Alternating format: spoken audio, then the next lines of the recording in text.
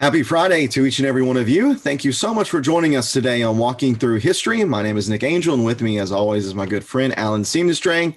And we are excited today to get with you into the text of Joshua chapter 5.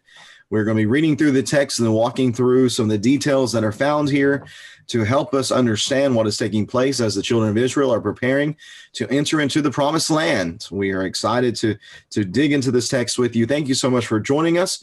Hope that you've had a great week. Hope that your Friday is going well. Hope that you're looking forward to this weekend, and especially towards Sunday, whenever we get to gather together to worship God. What a blessing that is, and certainly something that none of us are taking for granted in 2020. Alan, it is good to see you today as always. How are we doing, sir?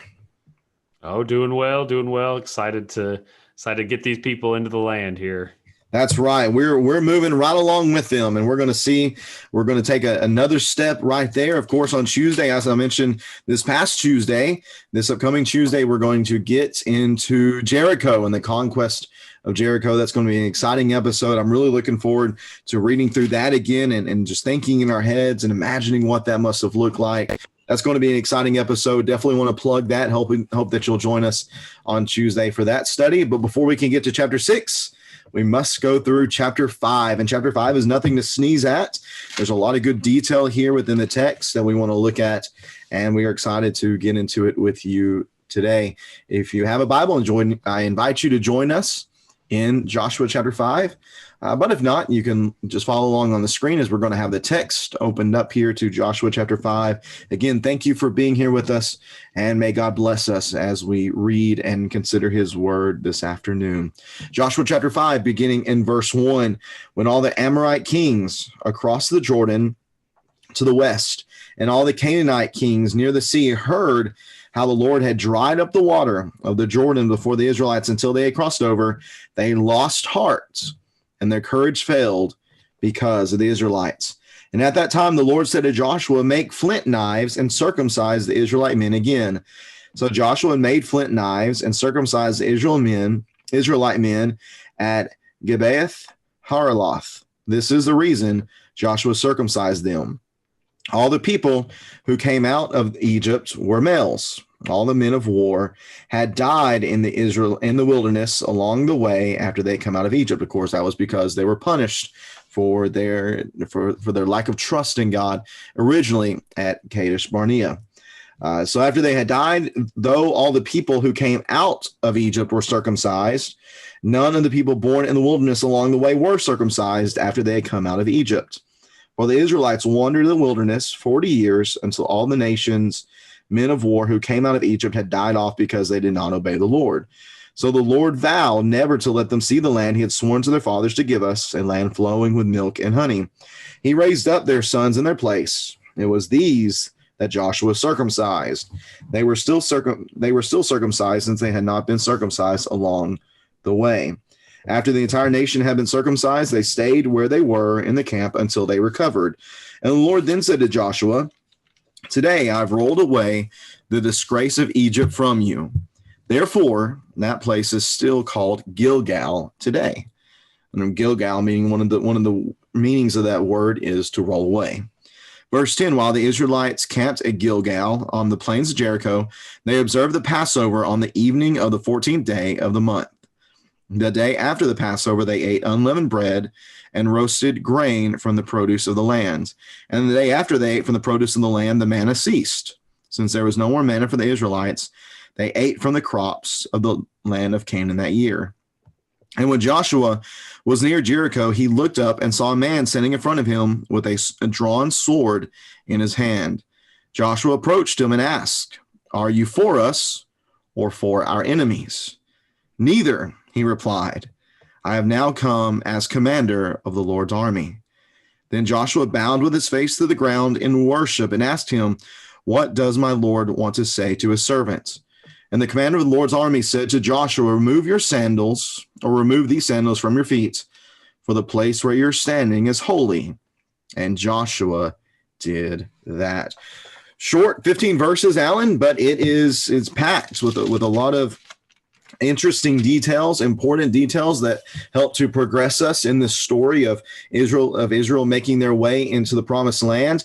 And I want to begin at the opening of this text by looking at the end of the previous text. Notice in beginning of verse 19 that the people came up from the Jordan. This is chapter 4 of Joshua. On the 10th day of the first month, and camped at Gilgal on the eastern limits of Jericho. And then Joshua set up in Gilgal the 12 stones they had taken from the Jordan. Remember, if we tie that back in with verse number 6, they were erected here so that when the children ask, what are these about?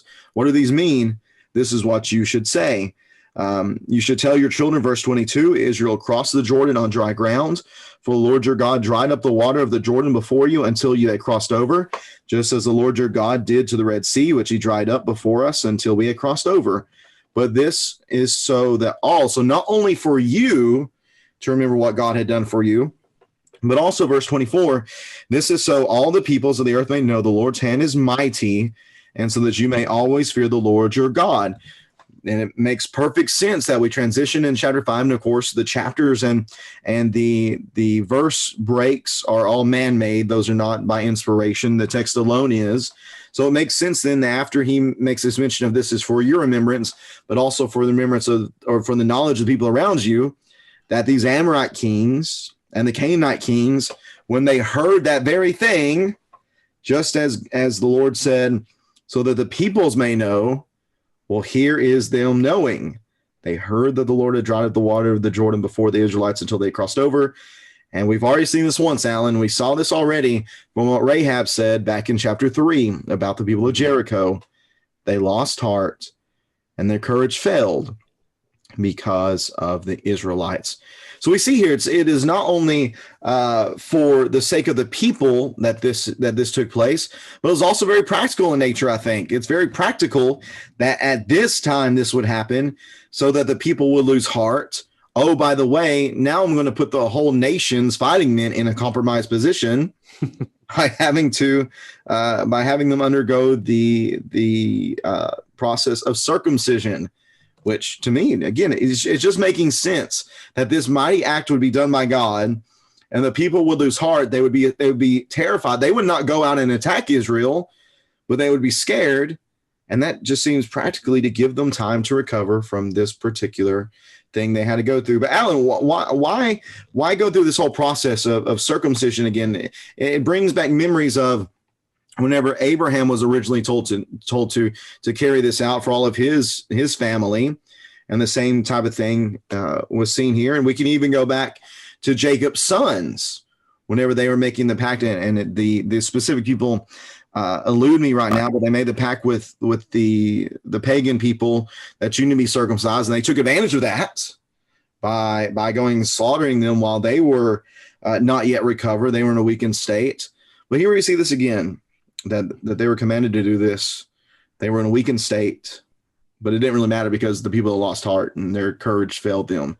But Alan, there's more to that in this text. What do you see here that stands out to you that could bring some insight into this text? Well, clearly they can't circumcise everyone until you get to this place, which means Hill of the Foreskins. Mm-hmm. So they were just waiting for the right place. Had to. It just yep. Which I'm sure you know that was something that was named prior, right? Probably not. No, probably not. But yeah, this was a great act of faith in and of itself. Absolutely. We talked earlier when we talked about the crossing of the Jordan. Several times it mentions that at this time of year the Jordan overflows its banks. So normally it's not a huge river. I mean, we're not talking about the Mississippi or anything. But, I mean, in this day and age, there's not bridges. I mean, it's tough to cross a river. It is, I mean, a river was a pretty significant protection and barrier. So, and especially at this time when it's already even bigger than normal because it's overflowing its banks. I mean, at this lower part of the Jordan River, I've read that it could have been, a half mile across or something, pretty significant. I mean, that would have been almost impossible to cross at this area. So this was to stay on the east side of the Jordan River. they would have been protected. They've defeated everyone over here. The enemy is on the other side of the river. Well, sense would say, let's do anything like this that compromises us on this side of the river, not cross and then circumcise everyone. But obviously faith and trust in God would say, do what he says. So he told them to cross, and then he told them to circumcise, and to their credit, they did that. And obviously the Lord protected them from Jericho coming out and attacking, preemptively attacking them and trying to hit them while they're down. So that obviously didn't happen. So they had the faith to, obey God, even when, that wouldn't make very much military sense. Probably not the game plan we would come up with. Yeah. Of course, the main thing here is they're entering the land. They're consecrating themselves. They're purifying themselves. They're ridding themselves of their previous life, if you will. We kind of sometimes equate, circumcision with baptism as well in the new covenant. That's what that is. It's kind of a new beginning. There are some parallels there. That's what they're cutting off their previous selves, their wandering selves, their disobedient selves on the other side of the river and in the wilderness. This is a new start, a fresh start. So there's a lot of symbolism happening here on top of the fact. Again, they've been wandering for 40 years. When you do something like this, you can't wander, you can't walk. So it makes sense that the circumcision kind of got paused for this long, because there'd be people that, I just got circumcised, but we're leaving tomorrow. What am I supposed to do? Right. So that makes sense that they kind of paused that rite for this time. And now that they're going to be in the same place for a time, they can take care of this before they continue into the land.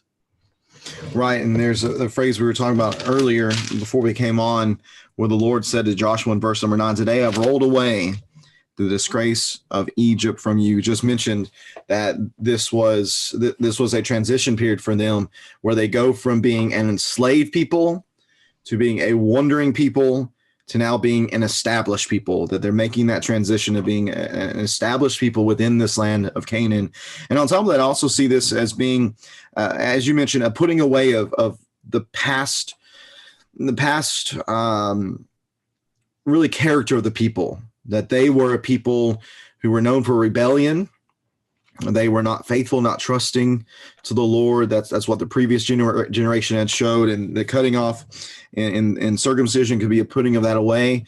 And it also could be a sense that now they're showing themselves to be a people who trusted in the Lord, where we had mentioned before in Numbers 14, after one of the instances where the Lord was ready just to wipe them out, to be done with them, to start over. Moses pleads, please don't wipe them out, because then what people have said, that the people will say then, if you wipe them out, that the Lord's hand wasn't strong enough to bring them into this land. Don't bring that disgrace upon yourself. Well, here, all of that, everything, the slavery, the wandering, the failure, all of that's gone. All of that is in the past. It is no more. They are a new people, with all of that having been rolled away in the city of Gilgal, which is, as you mentioned, is an important place. A number of important happenings take place here within Gilgal, which I'm sure we'll see as we continue walking through the story. But it's at this time, Alan, while they're here at Gilgal, something else really important happens, which is the observance of the Passover. But isn't just the Passover being observed, but there's a couple other things that also take place here, kind of transitions, showing the movement of these people, their evolution of the people as they're coming into this land. Why don't you share some detail about that? Well, you have the Passover, and then there in verse 12 it talks about they ate from the produce of the land. The timing of this coming in is the first month, which if you know when Passover is in our calendar, that's usually That's Easter, obviously. So that's, March, April. That would have been the time of the harvest for them. So they would have had there would have been a lot of food and grain there. They're kind of the opposite. We tend to think of harvest in the fall. Well, for them, the main harvests were a lot of times in the spring for certain crops. So there would have been a ton of food ready, about to be harvest, and then here come the Israelites, and they're gobbling it all up here. So they don't need the manna anymore. So this timing was obviously God's plan as well, and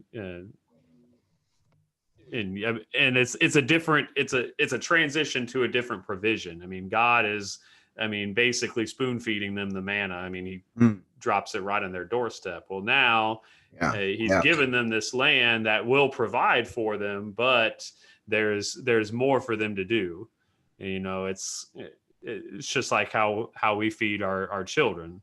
We start them off with a baby. You spoon feed them. You have to physically put the food in their mouth, or else they'll die. They won't get any food. And then slowly transition to showing them how to put it in their own mouths, but they still need to give the food to them, and then eventually they can find food for themselves. So it's the same thing here. They're a maturing nation, so they no longer need milk as we tend to talk about. They're ready for the meat of God's goodness here in the land, and of course, observing the Passover that typically should occur on the 14th day of the first month every year.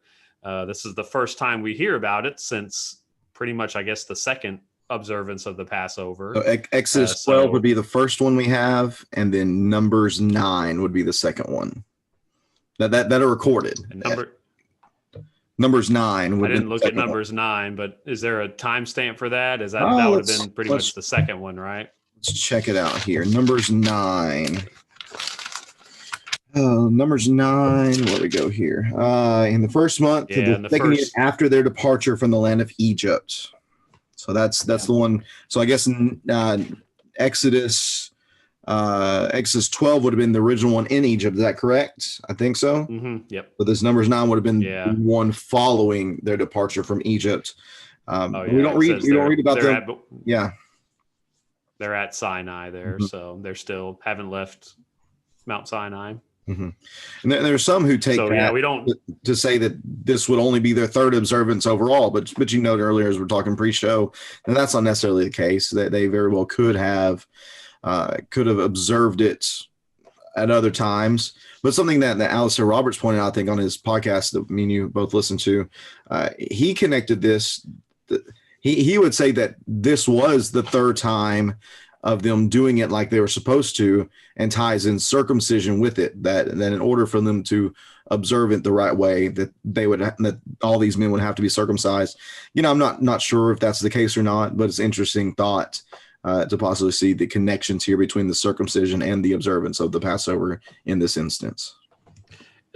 I like what he said about the chiastic literary device used here. We're seeing kind of reversal of what happened in early Exodus. Like you had in the early Exodus story, you have the observance of the Passover, and then what happens next, you have the crossing of the Red Sea. Well, now you have kind of the reverse happening. You have the crossing of the Jordan. Now they're observing the Passover. Here we're going to see, the visit from, the theophany, I think, here of the Lord visiting Joshua, just like visiting Moses. So the events, the order of events happening in Exodus is now reversed in the same way. So I think so, kind of bookending the two, but also equating the two and in interesting ways. So I think that's why that's observed here. But what a wonderful thing this would be to observe the Passover in the Promised Land at this point. Absolutely. No longer, if they've been doing it, for 40 years, that's fine. But they've been doing it in place after place. This wilderness and that wilderness. Well, now they can observe the Passover and eat bread and roasted grain, it says, from the produce of the land. What just a symbolic difference that would have been for them. Absolutely. And you mentioned this theophany that takes place with Joshua here in verses 13, 14, and 15. That as Joshua is going near to Jericho, the text says that he looked up and saw a man sitting in front of him with a drawn sword in his hand. And Joshua approached him and asked, "Are you for us or for our enemies?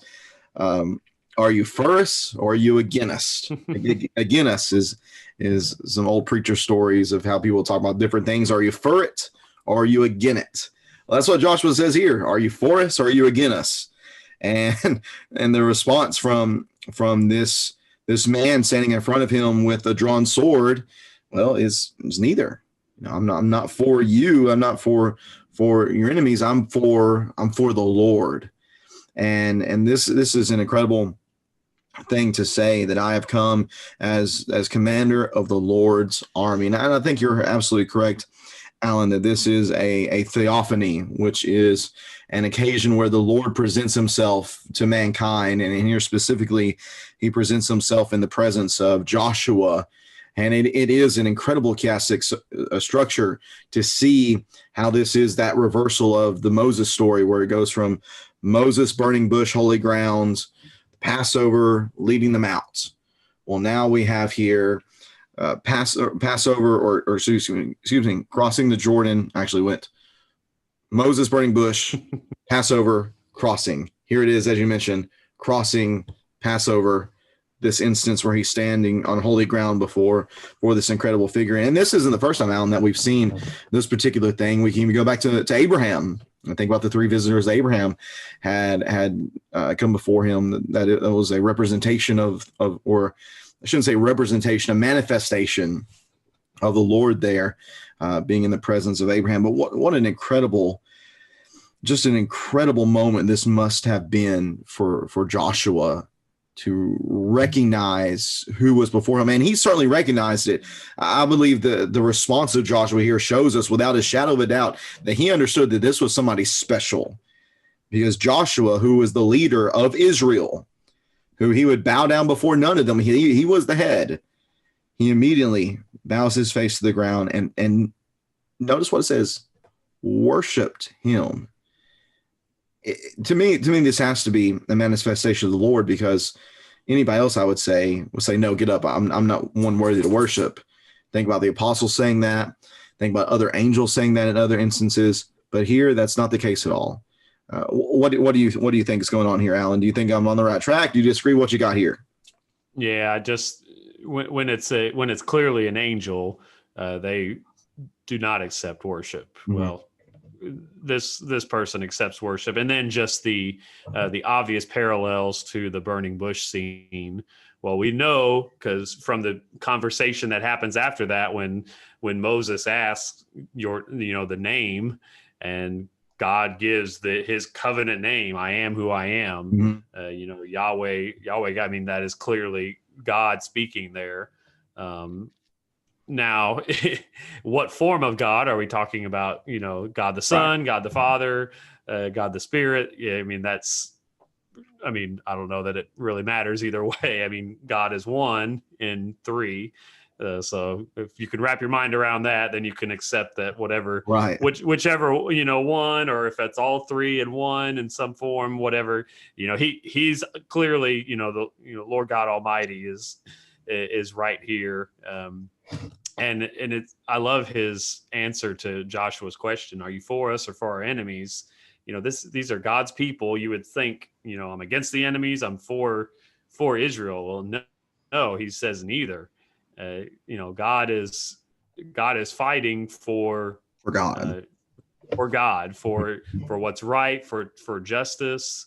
And we've seen this before. I think Moses talked about this. It wasn't because of their righteousness that they were entering the land. It was more for the terribleness of the people there, and more about the promises that mm-hmm. God had made to Abraham and the previous fathers there.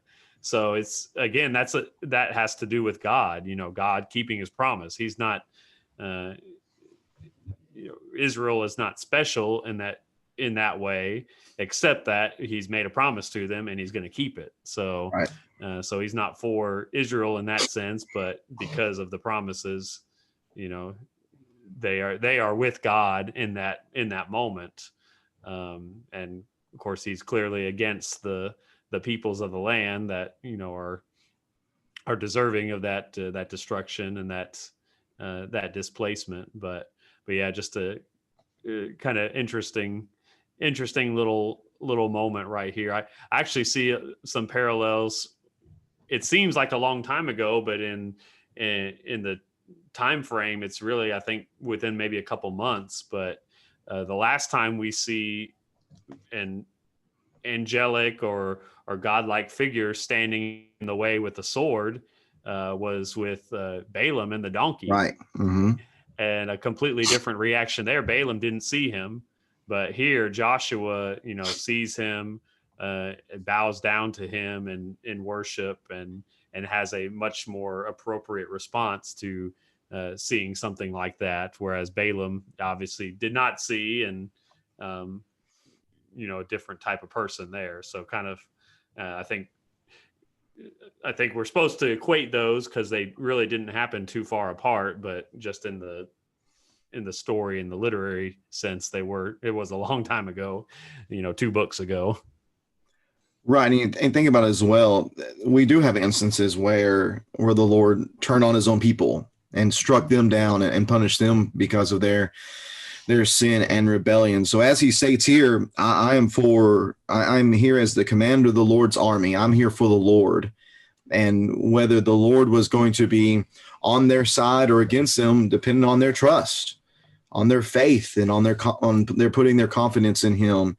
And we have to keep in mind that they had failed in this regard before, and that there had been other times when the Lord was ready for them to go up against the enemy, and they failed to have success because they did not trust in him as they ought to have. So Lord here, or this commander of the Lord's army, which again, completely agree, I believe this is a manifestation of God in some form. He's saying here, I'm here to go. I'm here to lead you. Are we going to do this or not? And you would think, and not to get too far ahead of ourselves, you would think that this commander of the Lord's army is going to gather up all the fighting men of Israel, and they're just going to storm the breaches and storm the walls of Jericho. And yet what we're going to see in Joshua chapter 6 is things don't exactly go that way. It's not just a brute show of force. It's not like I'm thinking of the Lord of the Rings here. Helm's Deep, I believe it is. Lord of the Rings guy, Alan. Oh yeah, it's Helm's Deep, right? Where they're defending against all the orcs and the bad guys, and then there comes the elves down the hill with the sunshine and defeats. So that's what I think of. That's what I think that's going to happen here, and that's not the case at all. They're going to go out again. They're going to go about it a completely unorthodox way, a miraculous, supernatural way. I might add you, and they're going to carry it out here. Yeah, if you haven't seen that, Lord of the Rings. The struggle at Helm's Deep, super cool scene, probably one of the best scenes of the whole movie series. But nonetheless, I'm excited to get into Joshua chapter 6 with everyone this upcoming Tuesday. Hope that you'll join us for that. Alan, do you have anything else you'd like to share as we close out this study for this Friday afternoon? One other parallel I definitely see with this, we talked about Abraham having kind of a similar scene, speaking with God. God came. It was in the form of 3 men, and Abraham at first doesn't realize, but later on realizes who he's speaking with. And what was the purpose of that visit? Well, God was actually coming to look down at the cities of the plain, Sodom and Gomorrah. Yeah, to hear about. I mean, he wanted, before there was this great destruction, he was actually going to come down and get the full story, if you will. He was not going to, God is a just God. He's not going to strike and punish without having the evidence to do that, and the reason to do that. So he came down. Obviously he didn't have to, but in a literary way, he came down to observe and and be able to be a righteous judge in that instance. For our sakes, I would say he did that for our human sakes, not because he needed to, but he did that for us, which is, of course, showing for us us, to see that. Well, I think the same thing's happening here. I mean, the Lord is about to come down in a great destruction, a great justice, in a powerful way. So it makes sense that he would arrive, the Lord himself would arrive to observe and take part in that, and not send a proxy, just some angel or something like that. So that actually, equates Jericho, and I think, the Canaanites as a whole with people like Sodom and Gomorrah that were more than deserving of what was coming to them. And of course we've seen already that at the beginning of the chapter, I mean, they've heard about all this. In chapter 5, verse 1, they heard about how the Lord dried up the water of Jordan. They lost heart, their courage failed, but their obstinance, their aggression against God's people would not fail. They would continue to resist. Right. And we'll see small instances, Rahab and the people of Gibeon, those that didn't resist survived and lived and flourished. So even with the angel of the Lord, the commander of the army of the Lord coming, that does not mean that death necessarily is coming, but it will be for many of the peoples of the land. But there is still a chance to repent. Even these people, the Amorites and the Canaanites, that they've been warned for hundreds of years that this is happening, this is coming, and especially in the last 40 years, they've seen all of these signs and wonders. There was I would imagine very few people in the land of Canaan that didn't hear about what had happened in Egypt and the crossing of the Red Sea, and especially now the crossing of the Jordan. So of all those, only Rahab and the Gibeonites were the ones that survived. So it tells you the level of depravity in the nation and the justness of what God is about to do here over the next several chapters. Absolutely. And it all begins with Jericho. And we're going to get into that this upcoming Tuesday at 3:00 as we continue to walk through history, the story of God and his people throughout the Bible. Thank you so much for joining us today. Hope this study has been beneficial to you in deepening your knowledge of God's word. We believe here very strongly that the greater our knowledge of God's word is, the greater faith and trust that we can have in him and the way that he can work within our lives. Thank you for joining us. And if you're looking for a church to worship with on Sunday morning, we invite you to join us at Pleasant Plains, 384 Pleasant Plains Road in Jackson, Tennessee.